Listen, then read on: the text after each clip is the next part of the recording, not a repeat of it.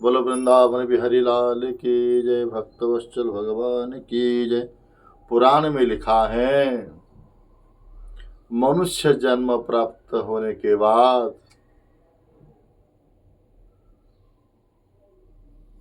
जो व्यक्ति ब्रह्म संबंध नहीं कर पाता, दीक्षा ग्रहण नहीं करता, ये मैं नहीं कह रहा हूं, ये पुराण में है, वर्णित है। स्वयं भोले बाबा शंकर भगवान ने पार्वती को कह रहे हैं, कह रहे हे सती, हे पार्वती, जो व्यक्ति मनुष्य जन्म ग्रहण करने बाद, प्राप्त करने बाद दीक्षा नहीं ग्रहण करता है, भगवत संबंध नहीं होता है, तो इसीलिए पुराण में लिखा है, कह रहे हैं अदीक्षितस्य वामरो कृतं सर्वं निरर्थकम् पशुजोनिमवाप्नोति दीक्षयेनो मृतो नरः। हे वामरु, हे सुंदर कमरे वाली, हे मेरे अर्धांगिनी पार्वती, अधिक्षितस्य वामरो, हे पार्वती, जो अधिक्षित हैं, जो गुरु दीक्षा नहीं ग्रहण किया है, उनके सारे कर्म, किया कर्म सारे निरर्थक हो जाता है।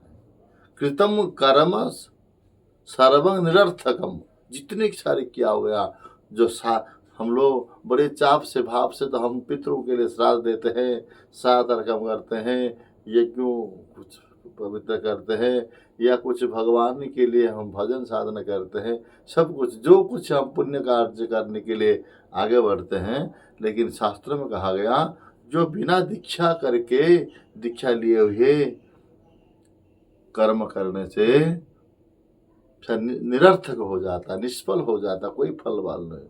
हम उन लोगों सोचते होंगे, हम लोग हमारे पितृपुरुषों को, हम पूर्व आचार्यों को, पूर्व गुरुजनों को, पूर्व पितामहों को हम लोग तो श्राद्ध तर्पण वगैरह करते हैं सालों में। लेकिन कहा गया है, बिना दीक्षा ग्रहण किए उसको अच्छा कर्म करने पर भी, जिसको अच्छा कर्म कहा गया है, करने पर भी निरर्थक हो, सर्वं कर्मं निरर्थकम, सारे कर्म निरर्थक हो जाते। और कह रहे हैं पशु योनि अवाप्नोति ही, आखिर में पशु योनि प्राप्त होता है। वैसे तो कर्म निरर्थक हो, सारे तो कोई फल मिलने वाला नहीं है। उसके बाद कह रहे पशु योनि अवाप्नोति ही, पशु योनि प्राप्त होगा। हम लोग कहेंगे, रे हम तो इतने हम दान किए हैं, इतने हम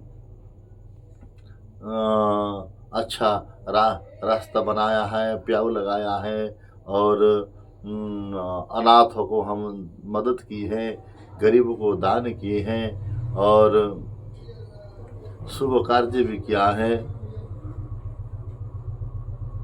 श्राद्ध तर्पण अगर तीर्थ यात्रा आदि करते हैं, लेकिन शास्त्रों में सारे निरर्थक हो जाता है, कोई अर्थ शून्य है।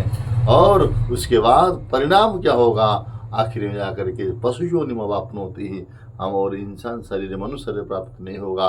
करेंगे मनुष्य एक बार प्राप्त होने के बाद मगर तुमने दीक्षा नहीं ली है, भगवान का संबंध नहीं जोड़ा अभी तक, इसीलिए और मनुष्य शरीर नहीं देंगे, पशु योनिम अवाप्नोति, पशु योनि प्राप्त देंगे।